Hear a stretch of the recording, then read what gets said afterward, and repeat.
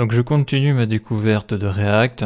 Et dans la documentation officielle, on a le rendu des éléments, donc j'ai pris quelques notes. Et on verra ça après dans Visual Studio Code. Donc les éléments sont les blocs élémentaires d'une application React. Donc là j'ai un élément, donc que j'ai appelé élément dans une variable. Et là j'ai mis un titre H1. Donc ça on a vu que dans la vidéo précédente c'est du JSX. Les éléments représentent la base des composants, donc la base des components. Afficher un élément dans le DOM. Donc ça va s'afficher ici au niveau du div id égale roots. Donc c'est le nœud DOM root racine car tout ce qu'il contient sera géré par React DOM. Donc lui il est ici, il est dans public index.html et là on voit que donc là on est dans le fichier index.html, on a le head, on a le body et dans le body on a div id égale root et donc c'est ici que le code sera injecté. Si je me mets ici, donc là on peut voir différentes balises, donc là je clique ici et là on voit que là où il y a marqué div id root, quand je clique là, on voit tout ce que React a injecté là, dans le DOM de la page web. Alors que là on voit qu'ici il n'y a rien. Et donc au niveau de React ça a été injecté à partir de index.js, donc dans source. Donc là on le voit là, le React DOM, point, la méthode render, et dedans là on a mis le composant app qui va s'afficher donc dans le document.getElementById root et dans le components app, pour le moment, il y a ça. Il y a une fonction, elle return ce code JSX. Et dans ce code JSX, on voit qu'il y a un autre composant, qui est le composant que j'ai appelé header. Et si je veux voir mon composant header qui est ici, eh bien, j'ai une fonction header qui est exportée là. Dedans, il y a du code JSX que je mets dans la variable JSX là. Et elle est return. Et cette fonction exportée, cet export, c'est le composant qui est exporté là et qui est importé dans app.js. On le voit ici, là, le composant header, je l'ai importé et je l'affiche sur la page. Et là, on voit que c'est ce qu'ils appellent là, une balise self-closing, c'est-à-dire que au lieu de marquer header comme ça, donc au lieu de la marquer comme ça, si je fais un CTRL-S, on voit que ça marche. Comme ici, là, entre les deux balises c'est vide et pour éviter de répéter le header, on supprime ça. Et ici, on met le slash. On fait CTRL-S et on voit que ça marche toujours. Donc c'est un équivalent du code que l'on vient de voir et ça permet de faire quelque chose de plus court et qui ne se répète pas. Donc ça on l'a vu, div id égale root, donc afficher un élément dans le DOM. Donc c'est le nœud DOM root racine car tout ce qui contient sera géré par React DOM. Généralement il n'y a qu'un seul nœud DOM root. Pour faire le rendu d'un élément React, dans un nœud DOM root, il faut passer les deux à la méthode React DOM.render. Donc ça on l'a vu dans Visual Studio Code. Le point render, donc ici il y a marqué React DOM.render. Donc là on voit que le React DOM.render n'y est pas. Pourquoi? Parce que là je fais un composant. Le render il n'est pas ici. On voit qu'il n'est pas là non plus, il est sur index.js. Donc là il y a la méthode render. Ici je fais le React DOM.render. Et là bien sûr, ça là, React DOM, c'est importé de React-DOM. Donc ça c'est dans Node.js. Dans les dépendances, c'est caché là-dedans. Et d'ailleurs, sur le package.json, on le voit ici, il est là. Voilà. Donc la méthode render, c'est elle qui va faire le rendu, qui va aller voir sur le DOM virtuel s'il y a des choses à changer sur le DOM réel, quoi. Et donc voilà le code que l'on avait sur Visual Studio Code. Donc là, lorsque ça se ferme comme ça, là, balise auto-fermante, c'est le self-closing. Donc React DOM utilise la méthode render pour faire le rendu des éléments React dans le DOM. Donc to render en anglais, qu'est-ce que ça veut dire? Ça veut dire rendre, fournir, donner. React DOM.render, donc dedans tu mets le composant dont tu veux le rendu, donc component to render, donc ici c'est app.js, c'est le composant principal, le gros composant où il y a tous les autres petits composants à l'intérieur, et après le nœud du DOM où tu veux injecter ton rendu, donc ici c'est id root dans index.html. Donc là j'ai mis un exemple, React DOM.render, la variable avec le JSX à l'intérieur et le document.getElementById avec l'id root. Et donc pour mettre à jour un élément affiché, donc les éléments React sont immuables. Une fois votre élément créé, vous ne pouvez plus modifier ses enfants ou ses attributs. La seule façon de mettre à jour l'interface utilisateur est de créer un nouvel élément et de le passer à React DOM.render. Ou ce qui est utilisé, c'est d'encapsuler le code dans un composant à état. Donc c'est les state components. D'ailleurs, quand tu débutes avec React, tu entends tout le temps me parler de state. Donc c'est l'état. Donc ici, si on veut faire des modifications par le biais de React sur le DOM, avec la méthode render, là, donc il faut utiliser un composant à état. Et là, j'ai marqué qu'actuellement, ça a été remplacé par les hooks. Car pour utiliser le composant à état, il faut utiliser les classes JavaScript ES6. car avec les fonctions on ne pouvait pas le faire, mais maintenant avec les hooks on peut le faire avec les fonctions. Mais bon, il faut apprendre les deux. La plupart des applications React n'appellent react-dom.render qu'une seule fois. React met à jour le strict nécessaire. React-dom compare l'élément et ses enfants avec la version précédente et applique uniquement les mises à jour DOM nécessaires pour refléter l'état voulu. Seul le nœud texte dans le contenu a été modifié et mis à jour par React-dom. Donc voilà pour le rendu. Donc là je vais modifier là, le header, là, je vais lui mettre un petit style, un background pour qu'on le voie mieux. Donc là je vais dans style, header.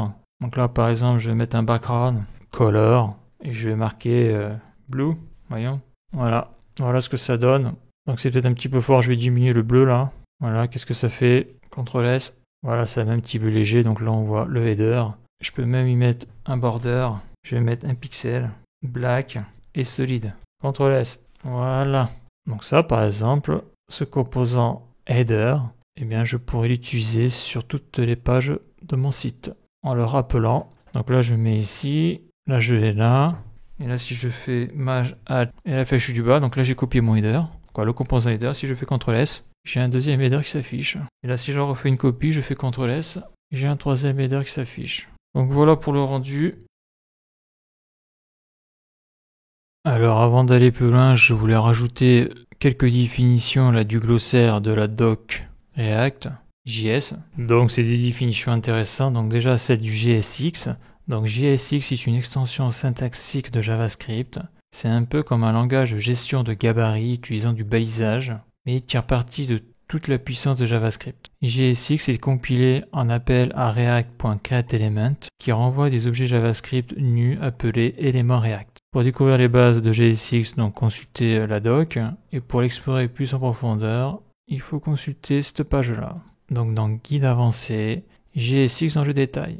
Et React-DOM utilise la case CamelCase comme convention de nommage des propriétés au lieu des noms d'attributs HTML. Par exemple, l'attribut class devient className avec le N majuscule dans la mesure où class est un mot réservé en JavaScript. Et là ici, on a un exemple de code. Donc là on voit que dans name, ils mettent la string Clémentine, donc dans le react-dom.render, donc ils écrivent le JSX classique, et dedans ils mettent les deux accolades pour faire appel à la variable name, et donc lorsque ce code sera exécuté, ben, ça affichera je m'appelle Clémentine.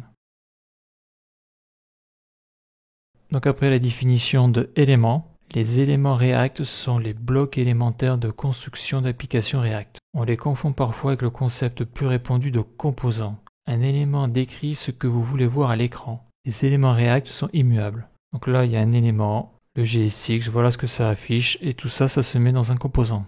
Habituellement, les éléments ne sont pas utilisés directement, mais renvoyés par les composants.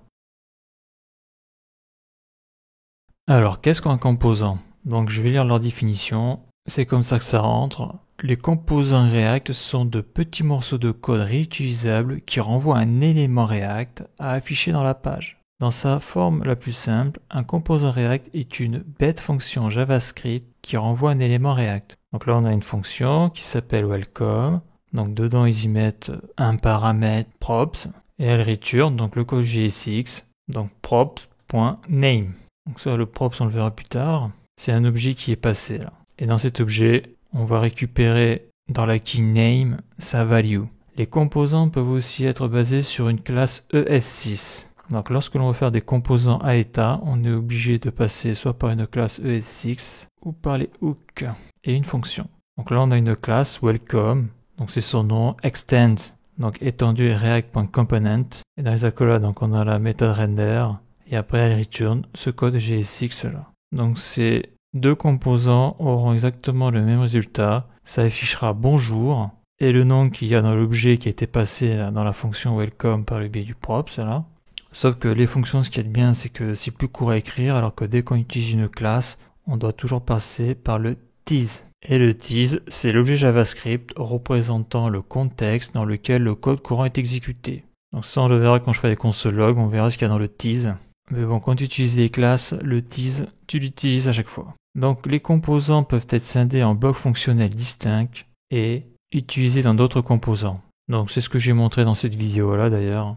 Dans le grand composant app, je mets un petit composant header.js. Les composants peuvent renvoyer d'autres composants, des tableaux, des chaînes de caractères et des nombres pour décider si une partie de l'UI, donc l'interface utilisateur, fera un bon candidat pour un composant réutilisable. Il suffit de se demander si elle apparaît plusieurs fois, bouton, panel, avatar, ou si elle est suffisamment complexe en elle-même, app, field history, comment. Les noms de composants devraient toujours démarrer par une majuscule. Donc là on a exemple wrapper, et pas wrapper avec le minuscule là. Consultez ces documentations pour de plus amples informations sur le rendu des composants. Donc ça c'est produire le rendu d'un composant dans fondamentaux, composants et props. Donc les props, tout ça on verra ça ultérieurement. Donc après dans la doc officielle React on a une fac où justement il s'explique qu'est-ce que le DOM virtuel. Donc le DOM virtuel, donc VDOM, est un concept de programmation dans lequel une représentation idéale ou virtuelle d'une interface utilisateur, UI, est conservée en mémoire et synchronisée avec le DOM réel par une bibliothèque telle que React DOM. Ce processus s'appelle réconciliation. Donc la réconciliation, là, en introduction, qu'est-ce qu'ils disent? React fournit une API déclarative afin que vous n'ayez pas à vous soucier de savoir ce qui change exactement lors de chaque mise à jour. Ça facilite grandement l'écriture d'applications, mais la manière dont React s'y prend n'est pas forcément évidente. Cet article explique les choix que nous avons faits dans l'algorithme de comparaison de façon à rendre prévisibles les mises à jour des composants tout en restant suffisamment rapide pour des applications à haute performance. Donc ça c'est dans le guide avancé, réconciliation. Voilà, donc ça explique comment ça fonctionne.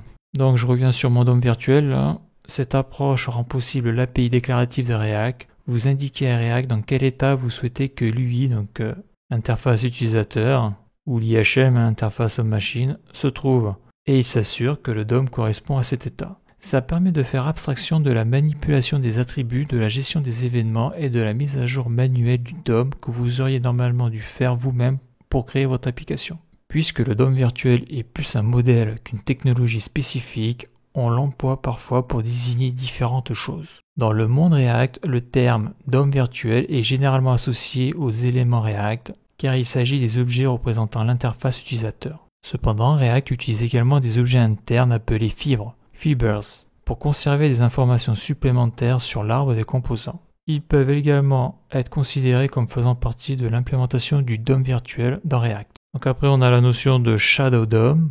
Donc ça, c'est dans JavaScript, ça. Est-ce que le Shadow DOM est identique au DOM virtuel? Donc non, ils sont différents. Le Shadow DOM est une technologie du navigateur conçue principalement pour limiter la portée des variables et du CSS dans les Web Components. Donc les Web Components, c'est encore une autre notion qu'on peut utiliser en JavaScript, et ça peut utiliser les Shadow DOM. Le DOM virtuel est un concept implémenté par les bibliothèques en JavaScript en plus des API des navigateurs. Qu'est-ce que React Fiber? Fiber est le nouveau moteur de réconciliation de React 16. Son objectif principal est de permettre le rendu incrémentiel du DOM virtuel. Donc voilà pour ces différentes informations et la suite dans le prochain épisode.